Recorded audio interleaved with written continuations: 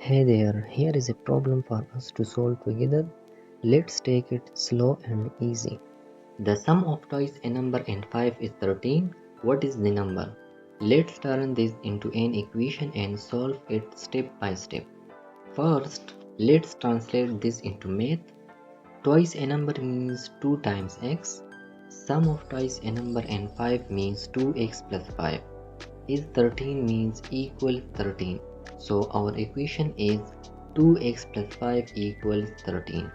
Now we want to get x by itself, so we start by subtracting 5 from both sides. On the left, 5 minus 5 cancel out. On the right, 13 minus 5 is 8. So we have 2x equals 8. Next, we divide both sides by 2. On the left, 2x divided by 2 is just x. On the right, 8 divided by 2 is 4. So x equals 4. Let's double check. Plug 4 back into the original problem. Twice 4 is 8 plus 5 is 13. And 13 equals 13. It checks out perfectly. So the number is 4. If this helped, consider subscribing. Drop a comment with what you would like to solve next. Take care and I will see you in the next one.